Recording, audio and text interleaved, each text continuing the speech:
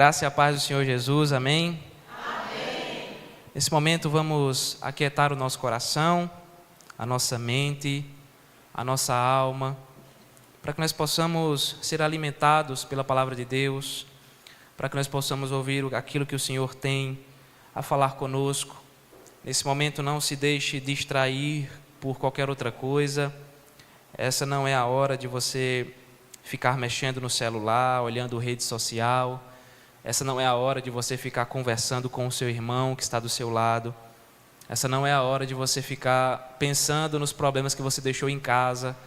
Essa é a hora de você se aquietar na presença de Deus, para ouvir aquilo que Ele tem a falar ao seu coração. Eu quero convidar você a abrir sua Bíblia no livro do profeta Oséias, capítulo de número 2. Nós faremos a leitura do versículo 14 ao versículo de número 23.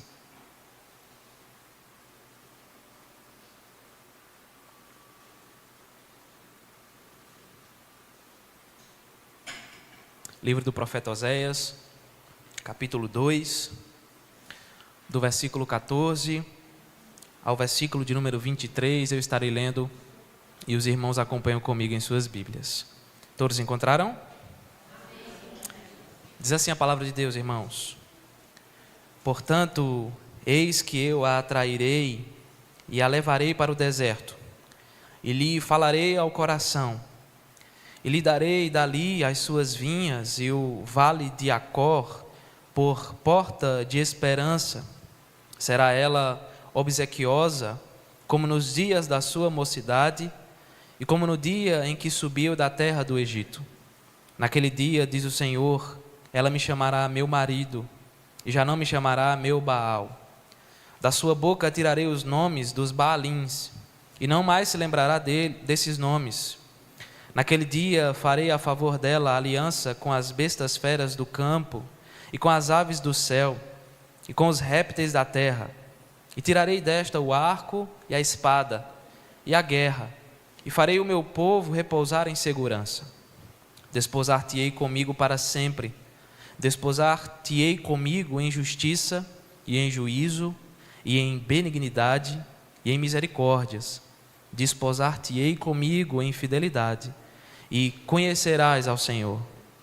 Naquele dia eu serei obsequioso, diz o Senhor, obsequioso aos céus, e estes à terra, a terra obsequiosa ao trigo, e ao vinho, e ao óleo, e estes a Jezreel. Semearei Israel para mim na terra, e compadecer-me-ei da desfavorecida, e a não meu povo direi, tu és o meu povo. Ele dirá, tu és o meu Deus. Você conhece o trabalho de um oleiro? O oleiro é um artesão, um profissional especializado em moldar argila ou barro com as próprias mãos, tendo o objetivo de criar diversas peças diferentes, como vasos e potes, por exemplo. A argila, ela fica em cima de uma plataforma giratória, enquanto o oleiro vai moldando aquilo que deseja construir. O interessante é que às vezes o barro nas mãos do oleiro, eu não sei se você já viu essa figura, em que a plataforma está girando, o barro está ali, o oleiro vai colocando a mão, vai fazendo a forma que deseja. Às vezes o barro nas mãos do oleiro pode acabar se deformando. Às vezes esse barro pode acabar rachando. Ou então talvez ele pode acabar perdendo a forma desejada que ele deve chegar. Só que com aquele mesmo barro que se rachou, que perdeu a sua forma, que se deformou, com aquele mesmo barro, o oleiro ele volta a fazer uma peça nova, sem a necessidade de descartar o material. Nós podemos dizer, meus irmãos, que algo semelhante acontece com a nossa vida cristã. Os nossos pecados muitas vezes nos quebram. Os nossos pecados muitas vezes nos racham. As nossas iniquidades, os nossos comportamentos pecaminosos e sujos diante do Senhor, muitas vezes nos deformam espiritualmente. E nós precisamos muitas vezes ser reconstruídos. E essa reconstrução que acontece da nossa vida, ela não vem a partir do que nós fazemos, ela não surge a partir do que nós somos, mas a reconstrução que surge para a nossa vida, ela vem pelo agir da graça de Deus, e somente pela graça de Deus. Esse texto que nós acabamos de ler nos ensina algo precioso sobre isso. Oséias é o homem que Deus levanta para falar ao coração do reino do norte, onde se encontravam 10 tribos de Israel. Lembre-se sempre dessa divisão: reino do norte, 10 tribos, e o reino do sul com 2 tribos, as tribos de Judá e de Benjamim. O reino do norte estava se prostituindo, porque ele estava abandonando o Senhor. Ele estava abandonando o único e verdadeiro Deus para adorar falsos deuses, os deuses de Canaã, os deuses das nações que tanto desonravam o nome do Senhor. É por isso que na primeira parte do capítulo 2, que está diante de nós, mais especificamente do versículo 2 ao versículo de número 13, Deus mais uma vez denuncia a idolatria de Israel. Essa denúncia já havia sido feita no capítulo 1, onde Deus deixou claro que o povo estava distante, o povo estava vivendo de forma idólatra, o povo estava desonrando o nome de Deus. E no capítulo 2 essa denúncia continua, onde o Senhor mostra, nos primeiros versículos, que ela traz duras consequências para o povo de Deus. Por causa da idolatria, nós vemos isso nos versículos anteriores, Israel havia se afastado do Senhor. Israel estava completamente distante da presença de Deus, e por causa disso o próprio Deus havia se afastado deles, havia virado as costas para eles. Por causa da idolatria, eles perderiam as bênçãos do Senhor. Deus olha para eles e diz: vocês não serão mais abençoados. Eu vou tirar de vocês o trigo, eu vou tirar de vocês as festas dos sábados de lua nova, eu vou tirar as bênçãos que eu tanto desejo colocar sobre vocês, mas eu não vou colocar mais. E o texto também deixa claro que eles afundariam em grande infelicidade, porque eles não mais poderiam se alegrar na presença de Deus. Esse povo seria castigado por causa do seu pecado. Mas agora, a partir do versículo 14, Deus promete perdão. Deus promete restauração, mostrando que sua graça é muito mais abundante que os pecados do seu povo. E é sobre essa temática, meus irmãos, que nós meditaremos nesse momento. Maravilhosa graça, mais abundante que os nossos pecados. Maravilhosa graça, mais abundante que os nossos pecados. E quando essa graça, ela é mais abundante que os nossos pecados, nós, em primeiro lugar, retornamos ao primeiro amor. Nós retornamos ao primeiro amor. Versículo 14 até o versículo de número 17. Vá olhando comigo em sua Bíblia, deixa a sua Bíblia aberta. Logo de cara, o agir poderoso e soberano da graça de Deus já se apresenta de maneira muito clara, pois perceba que no versículo 14, o próprio Deus está se dirigindo a Israel e dizendo o seguinte: eu atrairei esse povo, o levarei ao deserto, e ali no deserto eu falarei ao seu coração. Isso aqui é uma excelente descrição do quanto que Deus é gracioso, porque nós, como pecadores rebeldes, jamais escolhemos o Senhor por conta própria. Quando os crentes se desviam da palavra, eles só se arrependem e retornam para o caminho correto, não é porque eles são muito fortes, não é porque eles são super crentes, mas quando nós nos arrependemos e voltamos para o caminho correto, é porque o próprio Deus foi primeiro ao nosso encontro. É exatamente isso que está acontecendo aqui. Israel havia se desviado da lei, havia se prostituído espiritualmente, abraçando vários amantes, mergulhando no pecado da idolatria, virando as costas para o Senhor. E agora Deus é quem toma a iniciativa da reconciliação, não é Israel. Não são os descendentes de Abraão que estão buscando a Deus, é Deus quem está indo ao encontro deles. E a figura que surge aqui, lembre-se que isso aqui sempre está trazendo a figura do casamento, a figura que surge aqui é a de um noivo que está cortejando a sua noiva. Pois quando Deus diz que vai atrair o povo, a ideia aqui justamente é de um cortejo, onde o noivo está, no bom sentido da palavra, seduzindo, conquistando, trazendo a sua noiva para perto outra vez. É basicamente aquele belo momento de namoro, cheio de ternura, onde o Senhor se aproxima da noiva com tanto carinho, chamando ela de volta para a sua presença. Antes, o casamento havia sido destruído. O casamento havia sido destruído pela infidelidade, pelo adultério de Israel. Mas agora um novo casamento está surgindo, porque o marido está indo atrás da sua esposa. Ao invés de rejeitá-la, ao invés de abandoná-la, ao invés de se esquecer dela, o marido está indo atrás da sua esposa. Israel seria levado ao deserto. E a ideia do deserto aqui é de um local isolado, onde ela estaria sozinha, distante de toda essa situação aqui de infidelidade, de idolatria diante do Senhor, um local onde Israel se veria em circunstâncias espirituais difíceis, complicadas, enfrentando um momento de disciplina, de purificação espiritual. Era um local de isolamento e de grandes dificuldades para o povo.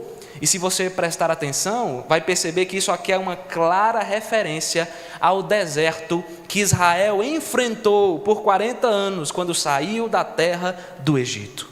E de certa forma, também é um prenúncio do exílio que eles enfrentariam quando os assírios invadissem finalmente o reino do norte. É o deserto, porque quando Israel saiu do Egito, ela passou pelo deserto para ser purificada, para ser santificada, para abandonar os falsos deuses do Egito e aprender a adorar somente a Deus. Foi ali que Deus se aproximou do seu povo, foi ali que Ele tratou o coração do seu povo. Da mesma forma, seria assim que aconteceria quando os assírios, o império pagão, invadisse o reino do norte para levá-lo cativo.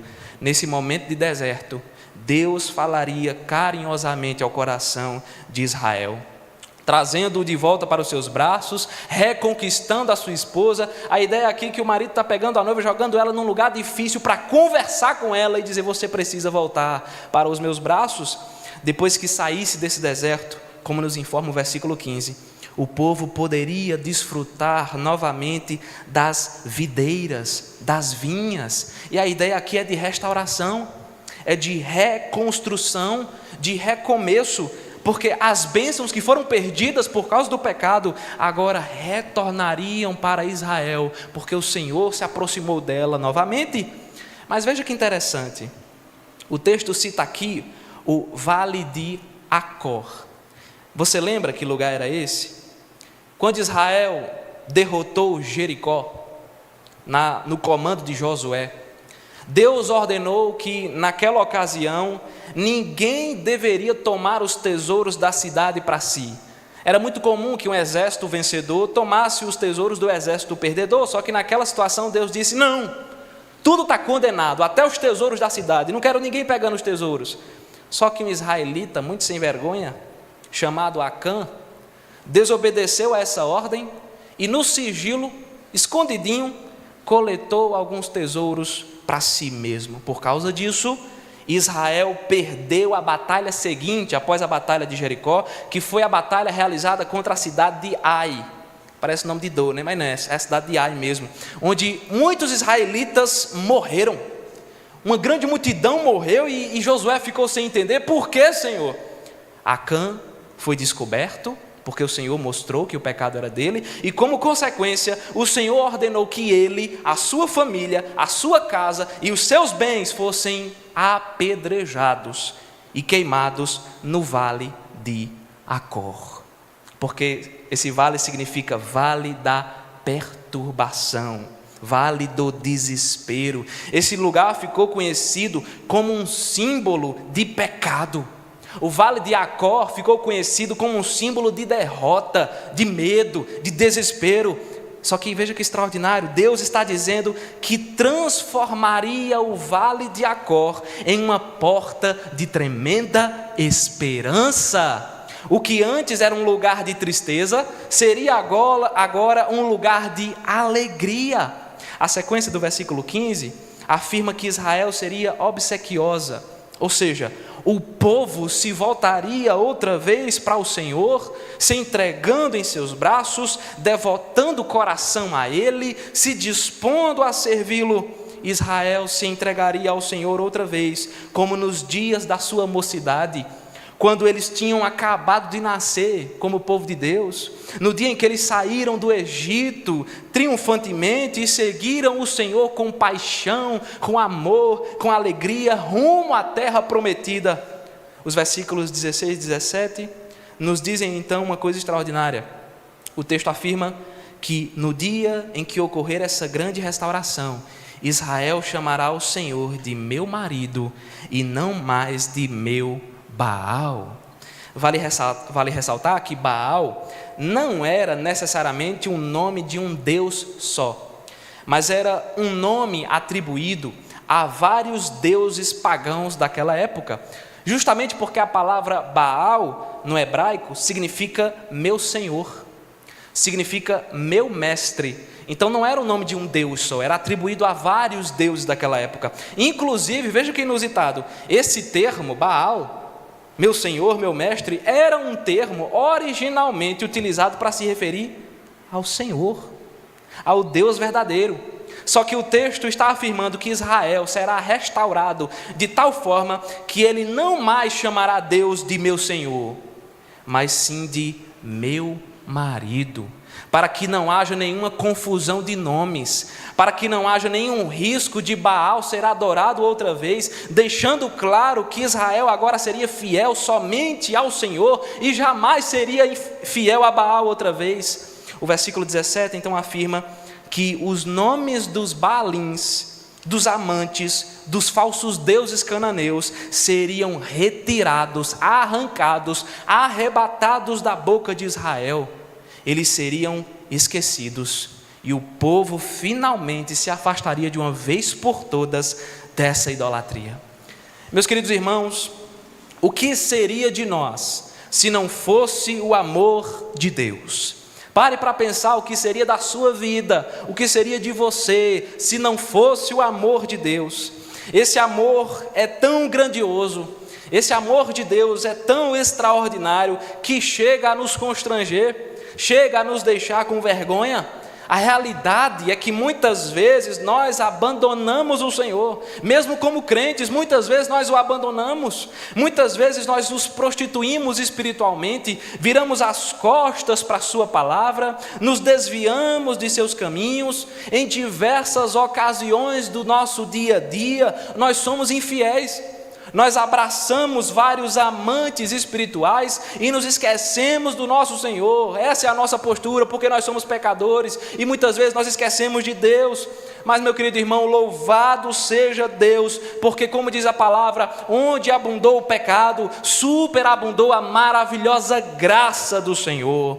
Por causa dessa graça, Deus nos constrange, nos chamando ao arrependimento, nos trazendo de volta para a sua presença. É por causa dessa graça que nós retornamos ao primeiro amor em fidelidade, compromisso diante de Deus. O Senhor vem ao nosso encontro, nos quebrando, nos incomodando, tirando de nós o coração de pedra e colocando no lugar o coração de carne. Ele é quem nos atrai de volta para a sua presença. Lembre-se de uma coisa muito importante: qualquer amor que nós temos por Deus hoje, qualquer compromisso que nós temos com Deus hoje, só é possível porque Ele nos amou primeiro, porque Ele nos perdoou, porque Ele nos restaurou.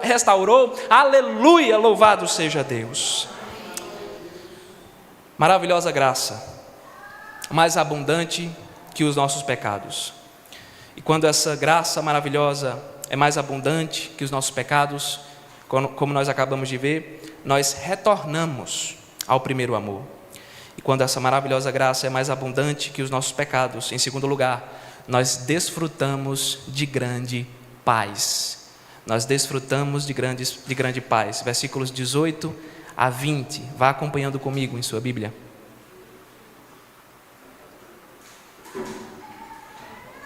O versículo 18 começa dizendo: naquele dia. Essa é uma expressão que se repete por pelo menos 3 vezes aqui no texto. Se você observar, nos versículos 16, 18 e 21. Você encontra a repetição dessa expressão. E essas palavras se referem especialmente a esse dia que está sendo prometido por Deus, o grandioso dia da restauração de Israel. E aqui nós precisamos abrir um parêntese. Eu sempre faço isso, né? Eu vou abrindo parênteses no sermão inteiro. A gente precisa abrir um parêntese para lembrarmos de uma coisa muito importante. Essas promessas de perdão, de restauração e de reconciliação que surgem aqui no livro de Oséias, claro, foram dadas ao povo de Israel, aos descendentes de Abraão, e em certo sentido eles experimentaram do cumprimento de todas essas promessas. Eles experimentaram sim como nação, mas é necessário nós entendermos que essas promessas, todas elas, só alcançam o seu pleno cumprimento na igreja. Elas só alcançam o seu pleno cumprimento, total cumprimento, na pessoa de Jesus Cristo. Deus sempre teve um único povo em toda a história. Não foram 2 povos, não foram 3. A igreja, ela não é o segundo povo de Deus e Israel é o primeiro. Não, a igreja é a continuação de Israel. Nós somos hoje o Israel de Deus. O Senhor prometeu a Abraão: em ti serão benditas todas as famílias da terra. E isso se realiza quando a igreja começa a se espalhar por todas as nações. Sempre foi o plano de Deus enviar Cristo ao mundo para redimir pessoas que se encontram não somente em Israel, Israel étnico, mas em toda a terra. Não é à toa que Cristo diz: ide por todo o mundo e pregai o evangelho a toda criatura. No versículo 18, Deus diz que fará uma aliança com as bestas feras do campo, com as aves do céu e com os répteis da terra. Em outras palavras, ele está afirmando que os animais selvagens, violentos e perigosos não mais destruiriam as plantações, as videiras e os campos dos israelitas. Se você for observar inclusive o capítulo 1 e até o capítulo 2, na primeira parte, você vê que uma das consequências do pecado do povo era justamente essa promessa: eu vou enviar animais selvagens que vão acabar com as plantações de vocês. As plantações era a provisão de Israel. Se as plantações acabavam, o povo passava fome, faltava economia, o dinheiro não entrava. Mas não somente isso, porque o Senhor também afirma, além de dizer que vai livrá-los dos animais selvagens, ele também afirma que livraria o seu povo do arco, da espada e da guerra. Ou seja, eles não mais seriam ameaçados pela destruição da guerra que vinha por causa de nações inimigas. Esse povo finalmente poderia desfrutar de paz, poderia desfrutar de segurança, onde eles descansariam nos braços do Senhor. Na sequência, veja o que dizem os versículos 19 e 20. O texto diz: desposar-te-ei comigo para sempre, desposar-te-ei comigo em justiça e em juízo, e em benignidade e em misericórdias, desposar-te-ei comigo em fidelidade, e conhecerás o Senhor. O casamento, como nós vimos, havia sido destruído pela infidelidade e pela prostituição espiritual. Isso é culpa de Israel, que pecou contra o Senhor. Só que agora o Senhor mais uma vez deixa claro que Ele mesmo está construindo um novo casamento. Ele está reconstruindo a relação dele com o seu povo. Quando Deus diz que vai desposar Israel, Ele está literalmente, justamente afirmando que vai tomá-la como esposa. Ele está dizendo que vai se casar com ela e que esse novo vínculo durará para sempre. Ou seja, é uma aliança que jamais terá fim. É um casamento novo que não está levando em consideração toda a prostituição e o adultério que foi praticado outrora. Deus toma a iniciativa da reconciliação e Ele mesmo deixa claro que esse pacto jamais será quebrado. Em um casamento israelita daquela época, no período do noivado, naquela época não existia o namoro como a gente conhece hoje não, tá? Só era noivado e casamento. E aí no período do noivado, antes mesmo do casamento acontecer, antes mesmo da cerimônia, antes do casamento ser consumado, já se considerava que a noiva pertencia ao seu futuro marido, e isso pelo resto da vida. O casamento nem tinha acontecido ainda, mas já era considerado que a noiva pertencia ao seu futuro marido pelo resto da vida, ela já era dele, só faltava consumar a relação. É exatamente essa a figura que está sendo apresentada aqui. A noiva já pertence ao seu noivo. E não é por pouco tempo, mas o texto diz que é para todo o sempre. Mas no que é que está firmado esse novo casamento? No que é que ele está firmado, estabelecido? Vá olhando para o texto. Ele está firmado em justiça, onde o Senhor justificará o seu povo, endireitando os seus caminhos, colocando o povo em caminhos corretos. O texto diz, ele está firmado também em juízo, e a palavra juízo pode ser mais bem traduzida aqui por retidão, onde o Senhor conduzirá o seu povo por caminhos santos e agradáveis a Ele. Esse novo casamento, na sequência, está firmado em benignidade, porque o Senhor será extremamente bondoso, amoroso, carinhoso para com o seu povo. Ele está firmado em misericórdia, porque ela se renovará a cada manhã sobre a vida daqueles que pertencem ao Senhor. Não faltará compaixão da parte de Deus. Israel seria desposado em fidelidade, como afirma o versículo 20, se você observar. Seria desposado em fidelidade. Por quê? Porque o Senhor seria fiel à sua aliança. O Senhor jamais seria infiel, e a noiva era chamada também para viver com fidelidade, sem jamais se entregar outra vez ao adultério, à prostituição, algo que antes ela estava praticando, se entregando aos seus amantes. Com o casamento firmado em todos esses pilares que o texto nos apresenta, Deus diz a Israel, versículo 20, olhe: e assim você, Israel, conhecerá ao Senhor. E a ideia de conhecer aqui apresenta a figura de uma noiva que finalmente se casa com o seu marido e se une a ele em profunda intimidade, se une a ele em profunda proximidade, comprometendo-se com aquela aliança, com aquele casamento para sempre. E como nós já vimos, meus irmãos, todas essas promessas só se cumprem plenamente na igreja. Israel experimentou disso aqui, sim, em parte, mas é a igreja que experimenta isso aqui de maneira completa. Por causa da sua maravilhosa graça, Deus restaurará toda a criação. Você lembra quando o texto estava falando que ele faria uma aliança com os animais selvagens, com a terra? Deus restaurará toda a criação. Uma aliança será feita com o céu, a terra e o mar. Todo o cosmos, todo o universo será renovado, onde haverá um novo céu e uma nova terra. Ali, o povo eleito de Deus, o povo escolhido para a salvação, repousará em paz e segurança por toda a eternidade. Naquele dia, no grandioso retorno do nosso Rei, a igreja será finalmente unida completamente ao seu noivo Cristo Jesus para todo sempre. Meu querido irmão, de onde vem a nossa paz? De onde vem a paz que habita no seu coração? De onde vem a nossa tranquilidade?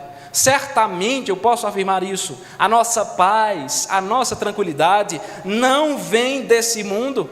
Certamente a nossa paz e a nossa tranquilidade não vem do pecado, não vem dos tesouros dessa terra. A paz que nós temos está firmemente ancorada, firmada na maravilhosa graça de Deus. Sabe quem é a nossa paz? Jesus Cristo é a nossa paz. Nele nós temos segurança, nele nós podemos descansar, nele nós podemos repousar. O Senhor nos entregou uma promessa gloriosa, a promessa de que um dia toda essa criação será restaurada e ficará livre de qualquer angústia, porque todo o mal que existe nesse mundo será completamente aniquilado pelo poder de Deus. Chegará o dia, meu irmão, em que todo joelho se dobrará e toda língua confessará que só Jesus Cristo é o Senhor. Lembre-se todos os dias, o nosso Rei está voltando e Ele chegará em grande glória, na glória do Pai, na glória dos santos anjos. O noivo está vindo buscar a sua querida noiva, o noivo está vindo buscar a igreja. Quem dera fosse hoje, quem dera fosse agora, porque nesse dia, meus irmãos, Cristo enxugará dos nossos olhos toda lágrima. Em seus braços nós descansaremos, em seus braços nós seremos consolados. Dentro de nós habita uma paz que excede todo entendimento. Sabe por quê? Porque um dia a maravilhosa graça do Senhor preencheu completamente a nossa vida e nos trouxe a certeza de que nós habitaremos com Cristo Jesus por toda a eternidade. Maravilhosa graça, mais abundante que os nossos pecados. E nós já acabamos de ver que quando essa graça é mais abundante que os nossos pecados, nós retornamos ao primeiro amor. E em segundo lugar, quando essa graça é mais abundante que os nossos pecados, nós desfrutamos de grande paz. E em terceiro e último lugar, quando essa graça é mais abundante que os nossos pecados, nós recebemos uma plena esperança. Nós recebemos uma plena esperança. Versículos 21 a 23, até o final do texto.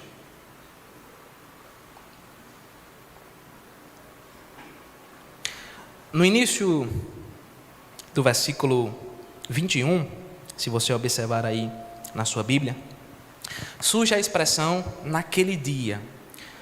Como nós sabemos, é uma referência direta ao grande dia da restauração que está sendo prometido pelo Senhor. Nesse grandioso dia, Deus afirma que será obsequioso. E aí nós precisamos entender corretamente o que é que o texto está nos querendo dizer, já que a nossa tradução colocou essa palavrinha aqui. Veja, olhe comigo os versículos 21 e 22. O texto diz assim: naquele dia eu serei obsequioso, diz o Senhor, obsequioso aos céus e estes à terra, obsequiosa ao trigo e ao vinho e ao óleo, e estes a Jezreel. A palavra obsequioso que surge aqui traz a ideia de responder positivamente. Alguém que responde positivamente, alguém que está dando atenção a alguma coisa, alguém que está agindo a favor de outra pessoa. Sendo assim, quando nós levamos em consideração esse significado, é possível perceber o seguinte: Deus está afirmando que responderá positivamente. A quem? Perceba que ele diz aos céus. Deus responderá positivamente aos céus. Os céus responderão positivamente à terra. A terra responderá positivamente ao trigo, ao vinho e ao óleo. E por fim, o trigo, o vinho e o óleo responderão positivamente a Jezreel. Aí você diz assim: não melhorou muito não, pastor, ainda não estou entendendo nada disso aí. Calma. Para facilitar, basta nós levarmos em consideração todo o contexto aqui da passagem. Lembre-se que texto sem contexto vira pretexto para você fazer com ele o que você quiser.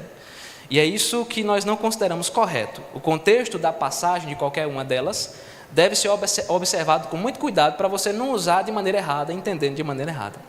Lembre-se que Jezreel foi um vale. Nós já falamos sobre isso no primeiro sermão de Oséias.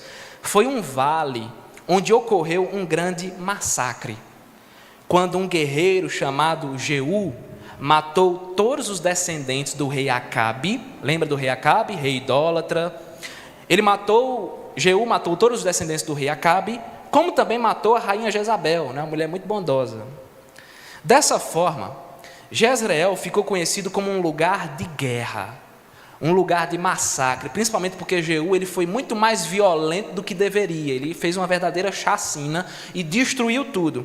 Nesse momento aqui, de certa forma, Jezreel também está simbolizando o próprio reino de Israel, que após ter se afundado na prostituição e no adultério, abraçando vários amantes, adorando falsos deuses, rejeitando o Senhor, após isso, Israel seria duramente castigado pelas mãos de Deus, se tornando um lugar desolado.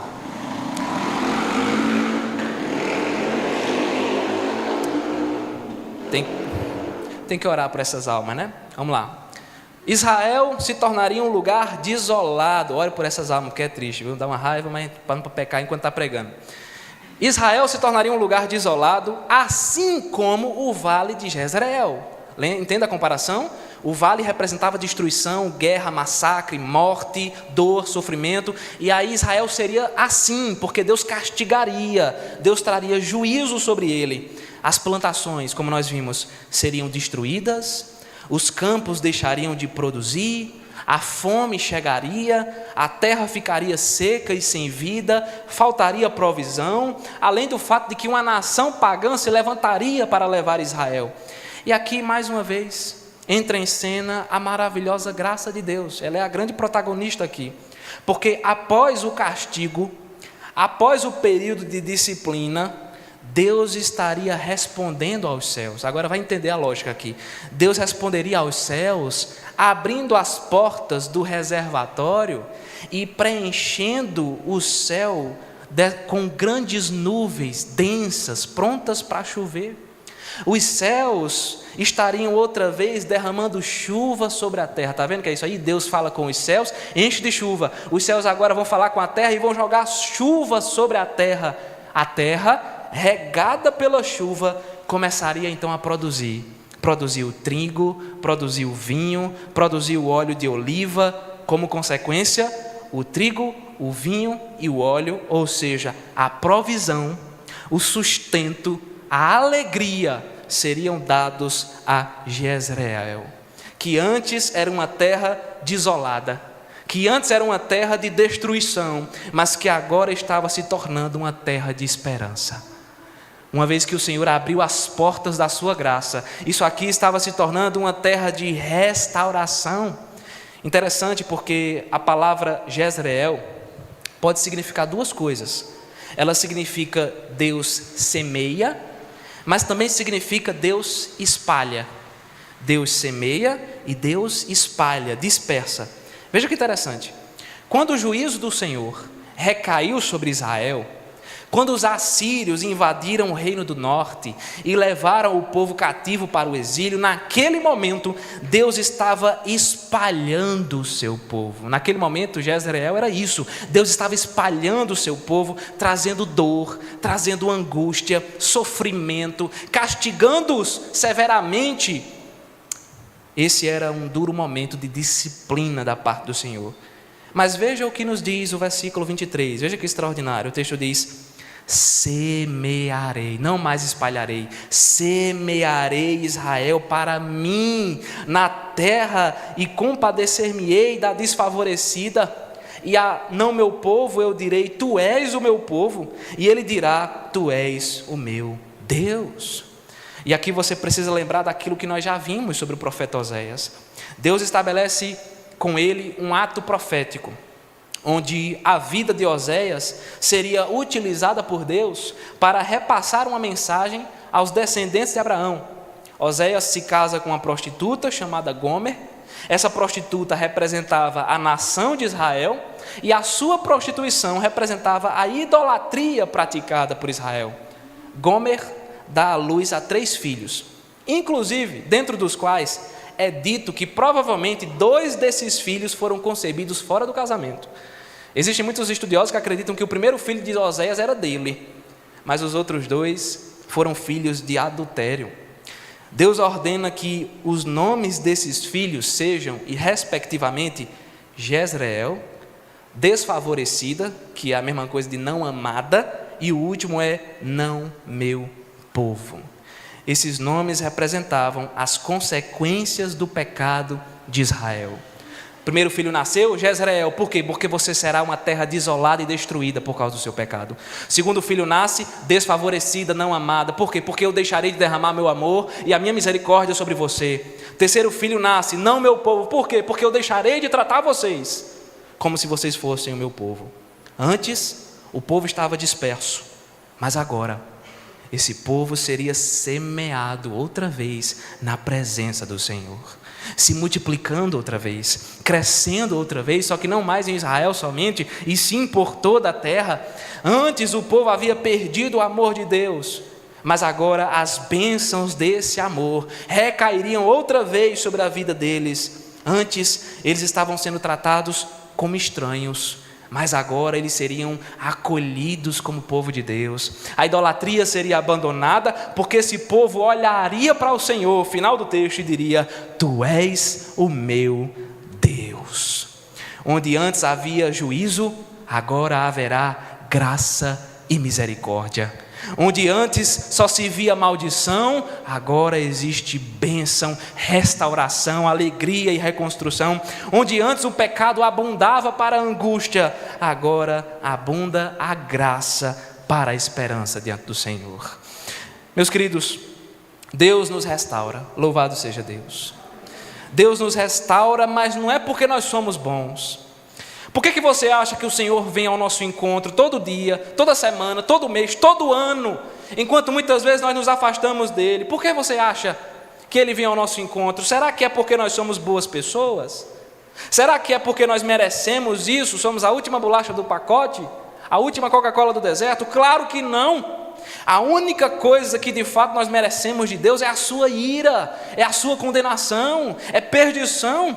Mas louvado seja Deus pela sua maravilhosa graça. Por causa dessa graça, onde antes só havia desespero e perdição para a nossa vida, agora, meu querido irmão, existe esperança e alegria. Nós que estávamos perdidos, fomos encontrados pelo Senhor. Nós que antes estávamos mortos em nossos delitos e pecados, agora recebemos vida em abundância, vida eterna da parte de Deus. Por causa da sua maravilhosa graça, nós somos salvos e nós somos alvos de infinitas bênçãos que vêm das mãos do Senhor, firmados na graça. Sabe quem nós somos? Não por mérito, mas por causa da graça. Nós somos raça eleita, sacerdócio real, nação santa, povo de propriedade exclusiva de Deus. A nossa esperança, meu querido irmão, não vem desse mundo. A nossa esperança se encontra em Cristo Jesus, porque Ele é o único e suficiente Salvador das nossas almas. Mas então, o que é que nós podemos aprender com esse texto? O que é que você pode levar para casa diante dessas afirmações do profeta Oséias? Eu queria destacar apenas algumas coisas para nós finalizarmos esse momento. Meus irmãos, ai de nós se não fosse a graça de Deus. O que seria de nós se Deus não viesse ao nosso encontro com a sua graça? Você parou para pensar? Você tem que pensar nisso todo dia. Onde você estaria hoje? Onde você, homem e mulher que está aqui nesse momento, onde você estaria hoje se não fosse a graça de Deus? Onde você estaria andando agora se não fosse a misericórdia de Deus sobre a sua vida? Será que você estaria pelo menos vivo se não fosse a graça? Certamente, meus irmãos, sem a graça nós estaríamos completamente perdidos.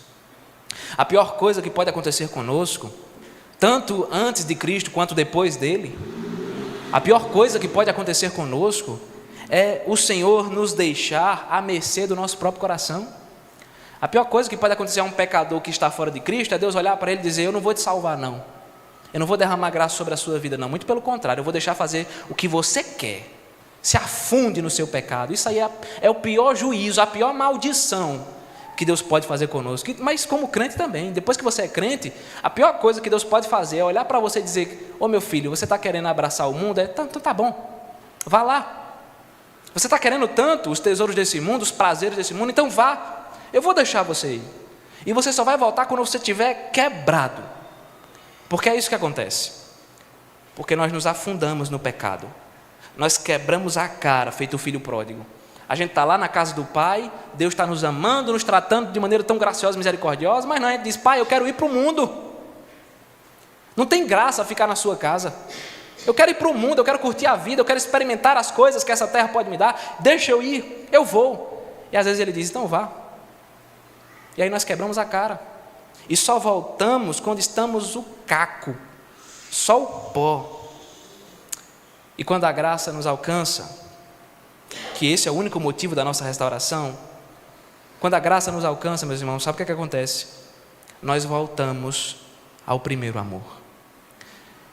É importante nós falarmos sobre isso, porque com muita facilidade nós perdemos esse primeiro amor, que é o amor que Deus traz sobre nós com a sua graça. Normalmente a história é assim: nós nos convertemos, e aí pode ser adolescente, jovem, adulto, nós nos convertemos e aí a graça nos alcançou, nos salvou, e aí passamos a viver aquele momento de entusiasmo do Evangelho, sabe? Cheiro de novo, acabou de se converter, carne nova chegando na igreja. Aí está todo feliz, todo empolgado, querendo trabalhar, querendo aprender da palavra, querendo servir, querendo se envolver, conhecer o Senhor, buscando, servindo. Mas depois de um certo tempo, e esse tempo não precisa ser muito, às vezes é uns meses, um ano, às vezes pode demorar mais, talvez alguns anos. Sabe o que acontece com a gente? Nós esfriamos. Nós arrumamos. Depois Deus firma um casamento conosco, diz: você é meu e eu sou seu. E aí sabe o que a gente faz depois? A gente arruma um bocado de amante espiritual. Depois que passa o entusiasmo do primeiro amor, a gente já não vê mais graça em Deus. Já foi, né? Deixa eu experimentar outra coisa. E aí a gente arruma, nós nos tornamos idólatras. Porque tudo fica acima de Deus em nossa vida. O que antes era aquele amor que fazia você se dedicar ao Senhor com prioridade, depois se torna qualquer coisa. Porque tudo na sua vida é mais importante que Deus. Nós amamos muito mais o dinheiro do que Deus. O que importa mais para nós é encher o bolso de dinheiro, trabalhar, dedicar a vida ao trabalho para encher o bolso de dinheiro. Nós nos dedicamos muito mais à família. Ah, pastor, você está dizendo que eu tenho que detestar minha família? De jeito nenhum, não entenda errado. Você tem que amar a sua família sim. Você tem que se dedicar à sua família sim, mas lembre-se que ela não é mais importante que Deus. A gente coloca a família acima de Deus. Filhos, marido, esposa, netos, sobrinhos, primo, qualquer pessoa. A gente coloca acima de Deus, a gente coloca os bens materiais acima de Deus. O mais importante para a gente é o carro, é a moto, é a casa, é a roupa. Existe muito mais dedicação e alegria com isso do que com Deus. Nós colocamos sonhos e projetos acima do Senhor, onde o que mais importa para nós é realizar os nossos sonhos, aquilo que a gente colocou no papel, e se não realizar, a vida não tem sentido. Se eu não realizar o meu sonho, não tem alegria na minha vida. Nós colocamos o lazer e o descanso também acima do Senhor, sabia? Onde nós preferimos descansar, relaxar, ao invés de nos dedicarmos ao Senhor. Isso não significa que você não pode descansar. Óbvio que você pode e você deve descansar, mas você tem que ter cuidado ao ponto do seu descanso não ser mais importante que Deus, do seu relaxamento não ser mais importante que Deus, e Deus vai ficando em último lugar, e a gente vai agindo igualzinho a Israel. Nós conseguimos nos esforçar para tudo menos para Deus. É o primeiro amor que vai embora, o amor que nós sentimos quando nos convertemos. A semana passa, sabe como é? Um diagnóstico muito fácil para você saber se você perdeu o primeiro amor ou não. A semana passa e a gente não ora. Segunda, terça, quarta, quinta, sexta, sábado, chega o domingo. Olha para trás, cadê a oração? Não existe. Eu não orei. A semana passa, você não pega na sua Bíblia para meditar nela, nem em 10 versículos. Passa a semana e você só toca na sua Bíblia durante o culto. Quando o presbítero diz: vamos abrir a Bíblia no Salmo 96, aí você pega nela. Primeira vez que você pegou nela na semana, porque os outros dias você não pegou nela. Talvez pegou para tirar assim, limpar um pozinho embaixo e depois botar de novo. Foi o que você fez, certo? Dos 4 domingos do mês, normalmente o mês tem 4 domingos, às vezes tem 5. Mas sabe o que acontece? Uma das provas que nós perdemos o primeiro amor, passa 4 domingos, nós vamos à igreja em um e faltamos os outros 3. Por quê? Adoeceu? Teve problema? Não, é porque não quis mesmo me esforçar. Faltei o culto. Já tive experiência de perguntar: e aí, meu irmão, não foi para a igreja? Por quê? De manhã? Por quê? Aí, não, porque eu fui dormir até mais tarde, pastor. Eu já acordo cedo a semana todinha. Eu vou acordar cedo no domingo para Deus. Eu vou nada. Quem disse que ele merece isso? Mas se for para passear, a gente vai, já observou? Vamos acordar cedo para ir para a praia? Bora, 3 horas da manhã está de pé. Feito uma vez, estava dormindo, escutei o povo quebrando o gelo no meio da rua e indo para a praia. Agora chama esse povo para 3 horas da manhã orar para ver se vai. Não vai. Meu irmão, a gente fica em casa, passa o mês. Fui na igreja no primeiro domingo, domingo da ceia. Normalmente é o domingo um pouquinho mais cheio, né? Mas depois, às vezes nem tanto, né? Tem ceia que às vezes nem nasceu, o povo quer vir. Aí fica em casa. Por quê? Aconteceu alguma coisa, meu irmão? Adoeceu, se acidentou, alguém da sua família ficou doente, precisou levar para o hospital. Não, é porque choveu, pastor. Ficou frio. Eu não ia sair de casa, deixar de ficar em casa agasalhado. Quer ver outra coisa? nós já não nos importamos em chegar cedo na hora do culto. Eu sei, certo, que existem imprevistos. Se você chega tarde no culto porque teve um imprevisto, porque é uma circunstância familiar, uma questão de saúde, alguma coisa que aconteceu, tudo bem, não é pecado não, meu irmão, fique em paz. Mas se você chega tarde porque você está se arrumando tarde, porque você deixa para se arrumar quando está em cima da hora do culto, aí, meu irmão, deixa eu dizer para você, é pecado sim, viu? É pecado. E é um dos piores, porque para quem trabalha batendo ponto, feito Giovanni, se ele não chegar no horário, o negócio vai ficar feio para ele. Para quem é jovem, vai fazer Enem, experimenta atrasar 15 minutos no Enem. Experimenta, para ver se você vai entrar para fazer a prova. Mas não, para Deus a gente sempre é relaxado, ô tristeza. A gente relaxa para o Senhor, a gente se esforça para tudo, mas para Deus, o que é que tem eu chegar 40 minutos depois que o culto começou? O que é que tem? Não tem nada não. E se nós estamos no culto, o que a gente faz? Às vezes a gente está lá e aparece uma notificação aqui, eita, deixa eu ver quem foi que mandou mensagem para mim. Aí a gente fica lá mandando figurinha, respondendo mensagem, enquanto o pastor prega, e eu estou lá, porque não sei o quê. Ou então a gente conversa, né? Aproveita o culto para bater papo, para atualizar, né? Vamos se atualizar as notícias. Ou então nem isso, talvez você fica só olhando para a parede, esperando a hora passar. Sabia o que acontece?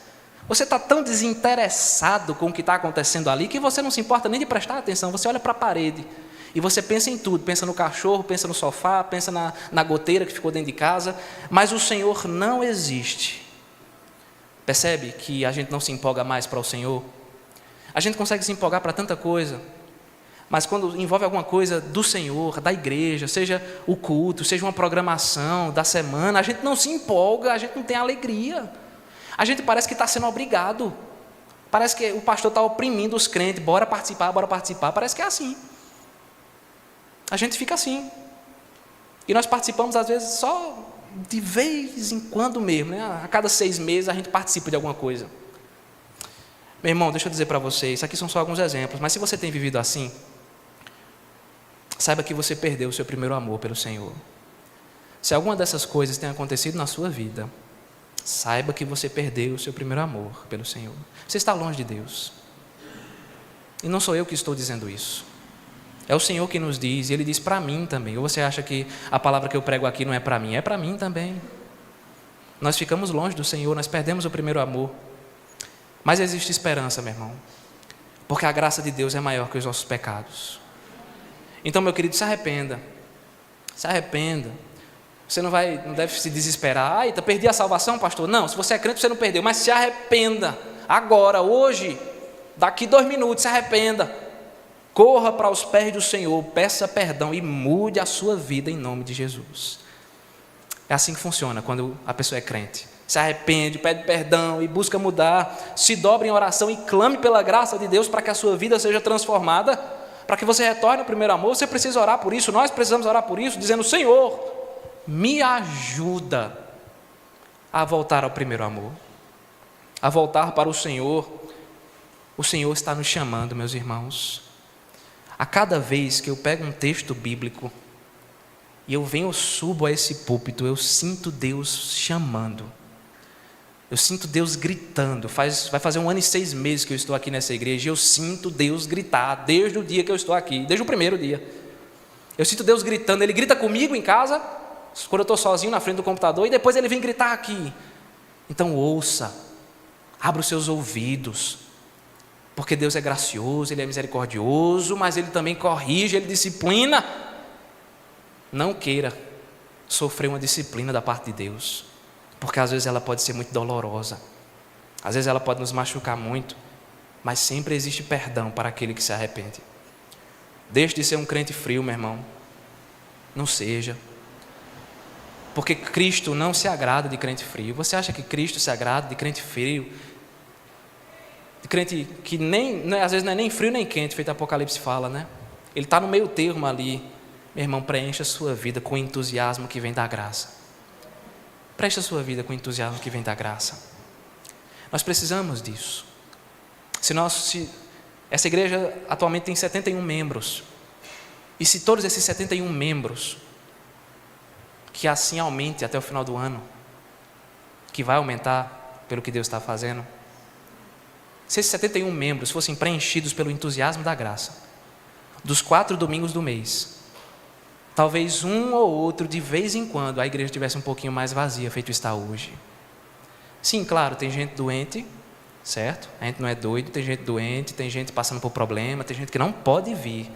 Mas será que todas as vezes que a igreja esvazia é porque está todo mundo doente? Será que todas as vezes que o culto está com pouca gente é porque todo mundo que faltou está doente, precisou ir para o hospital? Será? Parece aquele meme, né? Será? Eu me arrisco a dizer que não, meu irmão. Às vezes são outros motivos mesmo. É para ficar em casa, descansando, relaxando, cochilando. É para fazer qualquer outra coisa, é para passear. Que triste. Eu digo para minha esposa direto, uma das coisas que mais me entristece nessa vida como pastor é ver gente inconstante, que passa o mês, vai uma vez na igreja e pronto. Isso me dói o coração. Às vezes dá ponto de eu sentir vontade de chorar aos pés do Senhor. Às vezes eu orando por essa igreja, eu já clamei: Senhor, tem misericórdia desse povo que muitas vezes está tão inconstante. É para endoidar a cabeça do pastor, meu irmão, se não for Deus. Mas louvado seja Deus pela sua graça, porque é dele que vem a nossa salvação. Pela graça nós somos perdoados, justificados, adotados como filhos de Deus. Pela graça, meus irmãos, nós somos lavados e remidos no sangue precioso de Cristo Jesus. Nós somos o povo de Deus, porque a graça nos alcançou. Viva a sua vida para a glória de Deus. E lembre-se que um dia nós habitaremos o novo céu e a nova terra. Um dia Jesus enxugará dos nossos olhos toda lágrima. Um dia nós descansaremos nos braços do Senhor para sempre. Um dia nós seremos recebidos na casa do Pai. Um dia nós encontraremos o nosso noivo. Maranata, ora vem, Senhor Jesus. O seu pecado, meu irmão, pode até te causar uma grande deformidade. Só que a graça de Deus existe para nos reconstruir, para nos colocar de pé. Nós somos vasos de barro nas mãos do grande oleiro do universo. Amém?